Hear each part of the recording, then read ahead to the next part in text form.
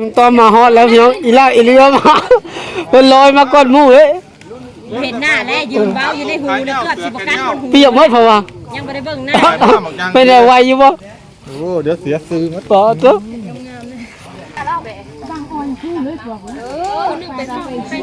ยุดให้คุณกูก็มึงรอเลยสู้จู่ๆก็รอเลยนะเพื่อบังพวกเหี้ยเด้อสุขังนาดิจังอนันตาจุเทียสุวังอิมังกายกรรมฐานังภาเวติจาวัตสังฆราอุปาทวายธรรมิโนอุปสิทวานิโรสันติเตสังโฆปาสาโมสุโค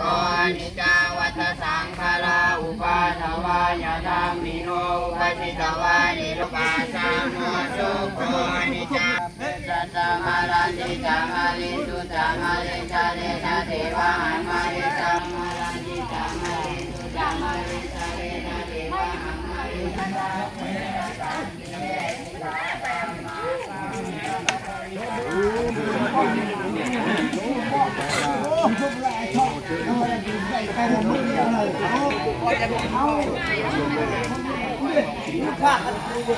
พากันคุกมือกันเลยอากี้เลยเป๊ะเลยมีพ่อเนี่ยมีจอมเนี่ยกากี้ไปดิอัตราที่เรียนกากี้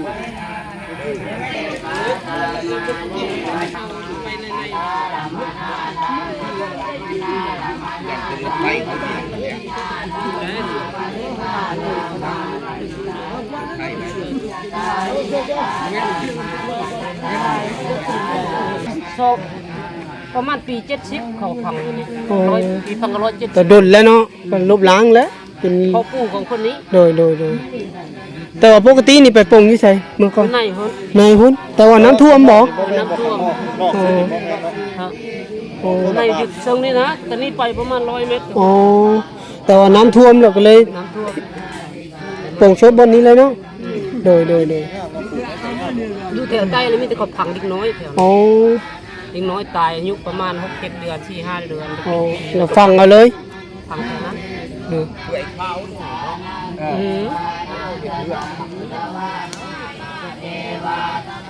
ตอนนี้ก็ยังทำพิธีสวดพิธีทางศาสนาอยู่พี่น้องคำบอกข้าภาษาหมดแล้ว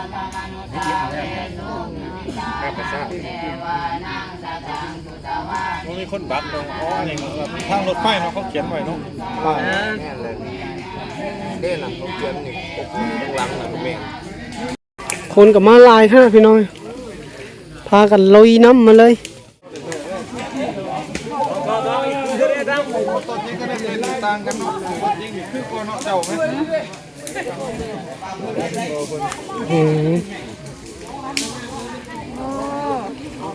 อ๋อเป็นเชือกเครื่องของพวกกันน่าจะจูดไปเลยพี่น้องเลยพวกเป็นเมนที่ใหญ่จ้ะ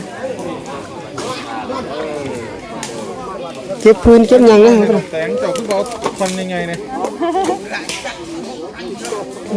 เดี๋ยวเก็บไม้ก่อนก็ได้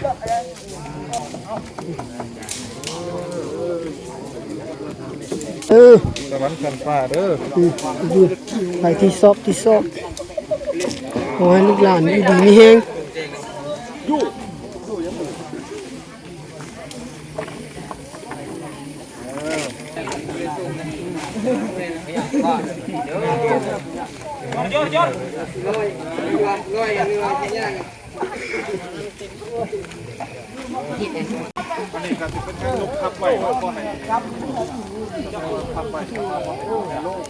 เวลาไฟไหม้บ่ให้มันเจือนมันต้องเอาไม้นี้ทับไว้ให้มันไหม้มืดไว้ซะเพื่อให้ไฟไหม้มืดถ้าเฮาบ่เอาไม้ค้ำไว้มันก็เวลาไฟไหม้ฟื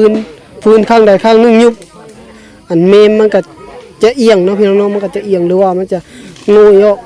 มันก็เลยต้องได้ใส่ไม้ค้ำไว้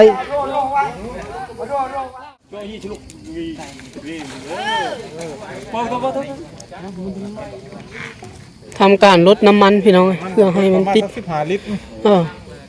เพราะว่าไม้ที่เพิ่นเอามาเฮ็ดของพรนี่ก็เป็นไม้ดิบทั้งหมดพี่น้องเสื้อลายกันนะ ไม้ดิบเนี่ยไม้ตายปนกันแล้วก็ข้างในก็จะมี อย่างตีรถหรือว่าอย่างตีล้อเนาะเพิ่นจะใส่ห้องทางในเพื่อให้ เก่ายังรถ10ล้อเก่า ช่วยในการจุดไฟให้มันติดนั่นแหละ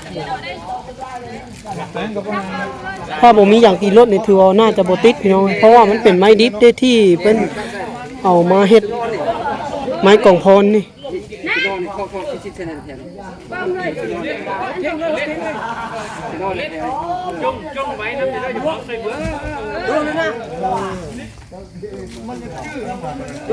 มีหลอดไฟอีกนำบ่หลอดไฟก็ต้องเผาบ่ เพิ่นต้องให้เจ้าของเฮือนได้เนาะเผาก่อนเนาะ อ๋อน้องชายเพิ่นเอาลูกเมียบ่ได้เผาเนาะคนละแจบ่ได้นี่น้องชายเพิ่นเป็นคนเผาเดินทางมาจากอำเภอท่ามะขาม โอ้เพิ่นมาแต่เฮ็ดเวียกแต่ไทยบ่ ไปได้บ่ฮอดเดือนนี่กลับมาแล้ว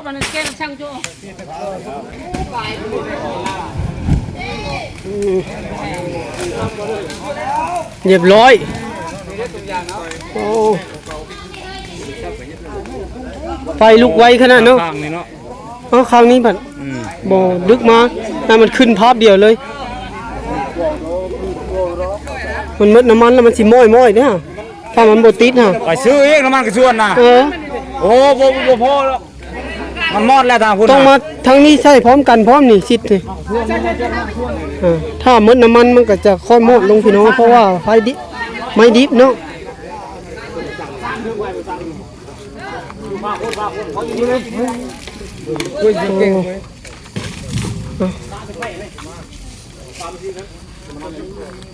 กระส่วนนี่อยากบ่ค่อยวุบคือแอดซังนะบ่ไผปะทงยางเป้า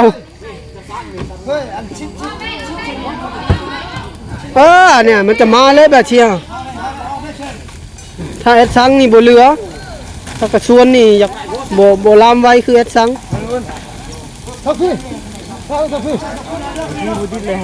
ก็ถือว่าเสร็จสิ้นชาวภารกิจน้องพี่น้องเนาะในการเผาศพ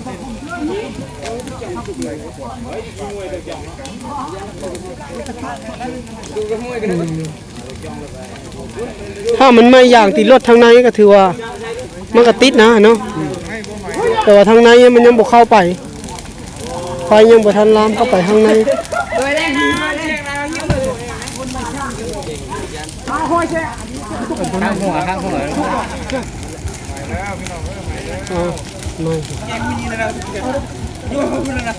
นี่ถ้ากลับมาติกลับได้แล้วประเทศนี้ จังว่านี่แหละ ว่ายน้ำคือเก่า โอ้บ่ไหวแล้วเฮาฮะ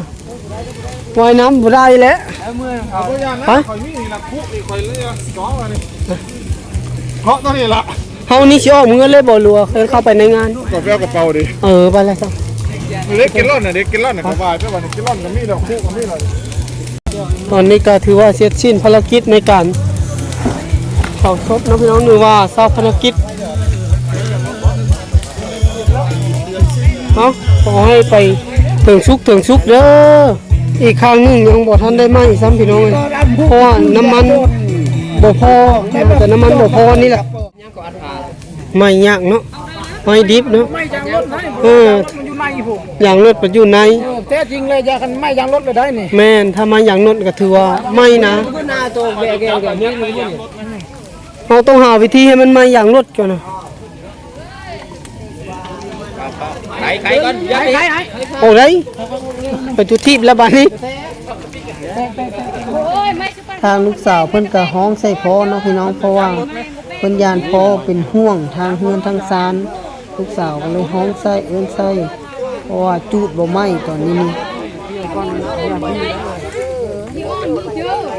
ไม่อ้อนมันเต้นอ้อนเชื่อ เพ่งบ่ถึงใจบ่นี่ตามแบบเดิมอย่างนี้แหละไปได้ยางรถแน่น่ะนั่นยางรถจะบ่ไข่ได้หน่อยก็สิยางรถน้ำมันไฟ มันบ่ไหม้อย่างรถพี่น้องมันก็เลยบ่ลุกเพราะว่าอย่างรถเพิ่นเอาไว้อยู่ในหั่นถ้ามันไหม้อย่างรถมันก็น่าจะติดเพราะว่าไม้ข้างนอกนี้เป็นไม้ดิบทั้งเบิดเนาะไผยังบ่สามารถลามเข้าไปถึงอย่างตีรถได้มันก็เลยเฮ็ดให้นานไหม้ก็เพิ่งเห็นพี่น้องที่เผาศพแบบว่านานไหม้แบบนี้ปกติจะ ไม่ไหวตอนนี้ผู้คนก็เริ่มทยอยกันเมื่อแล้วพี่น้องเพราะว่าเพิ่นต้องได้เอาเรือรับคนส่งรับส่งคนแล้วก็เที่ยวไปเที่ยวมาเพื่อมาเอาคนนี่แหละตอนนี้เคยนาดีกำลังว่าสิย่างออกก่อนพี่น้องออกไปหาขี้เหือน้ำกระเจ้าก่อนเพราะว่าย่านบ่มีเหือออกเลยสิบ่ได้เมื่อติดอยู่ในนี้แล้วพี่น้องเพราะว่าน้ำลายแห้งเคยนาดีลอยมาฮอดครึ่งทางแต่ว่าบ่ไหวก็เลยขอขึ้นเหือน้ำกระเจ้าตอนนี้ลุงต้อมยังบ่ออกมาเพิ่นยังบ่ท่าเบิ่งอยู่เดี๋ยวเคยนาดีจะออกเมื่อก่อนเพราะว่าลุงต้อมเราผัดลอยน้ำได้เนาะแถมเรายังสูงน้ำแต่ว่าเฮาบัดต่ำเตี้ยนะก็เลยลอยน้ำบ่ได้พี่น้อง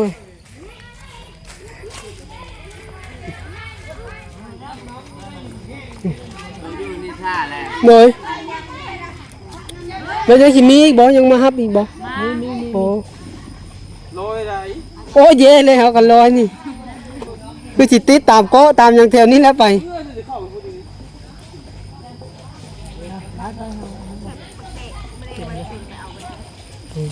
จักเลยนะมันก็นั่งใช้อยู่พุ่นเลยมีเรือมาเลย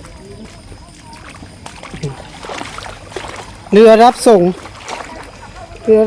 คนพี่น้อง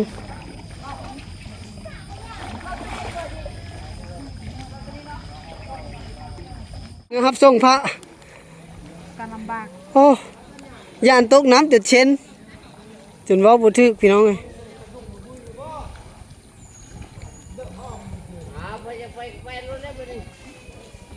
เต็มเหงือบักใหญ่ๆเหงือใหญ่ที่สุด ขึ้นกันเด้อ แก้วอ่ะ หมู่บ้านนี้แม่นเดินทางด้วยเรือพี่น้องไปทางใดก็ได้ เดี๋ยวเขาทำซื้อ มีรถกับบ่มีความหมาย เวลานี้ข่อยมีรถใหญ่รถจักรก็ได้บ่ซ้ำเรือลำหนึงมีค่า ตอนนี้ก็กำลังขี่เรือออกจากบ้านพี่น้องเลยว่าสิเมื่อบ้านน่ะดีแล้ว ดีกว่า เพราะว่าช่วงสกาดแล้วเนาะตอนนี้ก็มืดฝนสิมาอีกพี่น้องเอ้ยฝนสิตกอีกแล้วบ่จักนี่ ทำมามัดบอกหลายคนได้แล้วเอา 4-5 โมงแรงละตอนนี้ก็ได้โทรนำก็จะโอ้มาฮับดีกว่าผู้เอ้ยก็จะว่า ต่อสอนแม่นมาแล้ว มาแล้วบอก ยังบ่ ลุงต้อมมาน้ำหลังพี่น้องเอ้ยขันเหือจักไวแล้วขันเหือจักนี่ บ้านแคมน้ำหนึ่งบ้านแคมน้ำหนึ่งต้องใส่เฮือจัก เนาะต้องมีไว้เนาะ มีเฮือรวม เออ มีเฮือรวมกับบ่มี อย่างน้อยต้องมีเหือจักไว้จัก2-3 อัน เพื่อแก้ไขฉุกเฉินนะ ปลายแมทซะ แม่นเวลาออกไปซื้อเครื่องซื้อของแล้ว เพื่อพายเฮือออกไปแล้วใจขาดแล้ว แล้ว น้ำมันสิไหวน้องมันเสีย แนวน้ำเดี๋ยวเขามาหลายนึง เขาเอาอันนั้นเครื่องสัญญาเฮ็ดไปทางใด โอ้เขาเฮ็ดเฮือใหญ่เกิดกันเนี่ยรวย เซลล์ด้วยม่วนขนาด พวกแม่นลอยน้ำออกมาไปจักทางนั้น โอ้จะเป็นแล้วมึงถึงเอา นี่ว่าแล้วปลากันลอยน้ำก็โอ้บ่ว่าแล้ว ก็ต้องแก้ไขเพราะรถใหญ่มา แต่ถ้าโตคนนี่บ่เป็นหยังเนาะเขาเจ้าห่วงโทรศัพท์เขาเจ้าไผก็ได้ เอาปากกาจะเป็นไข่วินะ โอ้ไปลอยน้ บนน้ำบนอะไรไข่เหือตั้งแต่ต้นจนจบพอสบายเลย ำสูงหรอ ข่าวนี่จ้ะ ติมันรัก แล้วเขาแม่ลงมาแล้วก็ น้ำเด้เขามาหลายพี่น้องพวก กูน่ายังเป็นวินไป อ๋อทุกกว้างขวางลอยโลกะลีอันนี้ ลอยเฮือใหญ่นั่นแหละ โคตร พากันลงลอย2คนแล้ว ทะเลทะเลทางเราอ่ะ ทะเลเมืองลาวนี่บ่จำเป็นต้องไปเที่ยวทะเลก็ได้นี่มาเที่ยวที่นี่ก็ได้ทะเล ล นี่ อยตั้งแต่ปุ๊บเฮ้ยเอาสิผมเมื่อยแล้วลอยดิ่งเนาะ โอ้บรรยากาศสุดยอดเลยพี่น้องเอ้ย ตัวตัวเขาเองยังไม่อยากรอดแล้ว ผ่าก็งามอีกบ่ วิวงามมะลีอันนี้วิวงามแรง ว่าปีหน้ายังมันท่วมอีกได้ บ่ได้กินข้าวอ่ะ แถวนี้ก็ต้องเฮ็ดน้ำไว้แล้วโอมหัวนี่เพื่อแห้งสิจักสิว่าไหนๆเนาะ เปื่อยเลย ไปแต่อีต้นเนาะ เข้าเปื่อยเลย อีต้นเข้าอีต้น ก่อนหมดแล้วสุด เสากะจิก่อนคือเฮานี่แหละ เขามาดำเบิ้งอ่ะ เปื่อยละเรียบร้อยซะตอนนี้ฝนมาแล้วพี่น้องบัดนี้บ่ฮอดฟังซ้ำทางนั้นกำลังหาก็ออกมาจากภาษาพี่น้องรอท่าปุ๋ยแบบไปฮับตักเทื่อก็จะว่าตอนนี้ก็ฝนตกมาแห้งแล้วพี่น้องเอ้ยสำหรับ EP นี้ก็สิได้ขอจบไว้ซ้ำนี้ก่อนเนาะเอาไว้ติดตามได้ใน EP หน้าพี่น้องสำหรับ EP นี้ขอลำลาพระจากพี่น้องไปซ้ำนี้ก่อนแล้วพบกันใหม่พี่น้องสุดท้ายนี้ต้องฝากพี่น้องกดไลค์กดแชร์กดติดตามเพื่อเป็นกำลังใจให้น้ำพี่น้องเอ้ยในการลุยผจญภัยในครั้งนี้ แบบอีลากอีเรือพี่น้องแต่ละคนก็ได้อันนี้ก็จะเป็นโรงเรียนเนาะน้ำท่วมโรงเรียนก็ได้อ่ะขออนุญาตจบคลิปพี่น้องฝนตกมาแห้งแล้วตอนนี้เดี๋ยวโทรศัพท์จะเปียกโอ้มาน้ำหลังเชงเลยนี่เชงเลยเชงเลยมีการแซงยิกอันนี้ก็ได้ มึงน้ำเครื่องเฮือแล้วมึงเข้า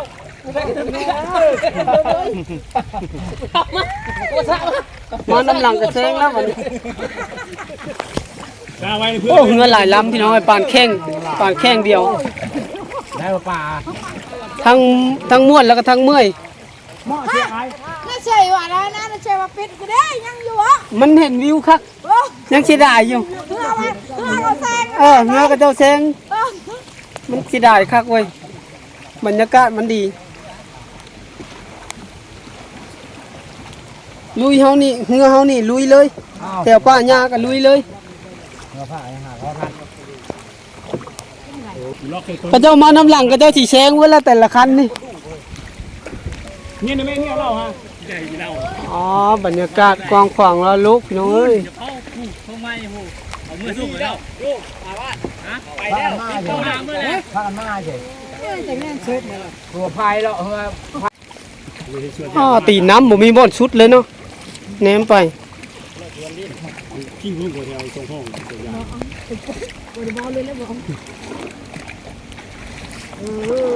างพันกระแตยางฮะ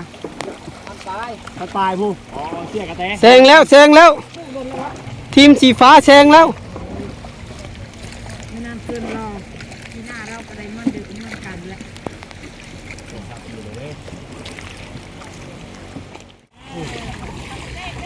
ตอนนี้ก็มาฮอดฟังแล้วเป็นที่เรียบร้อยพี่น้องเลยแต่ละคนก็เพื่อกระเจ้ามานำหลังกันยังกายปุดขออนุญาตจบคลิปบาทนี้พี่น้องเลย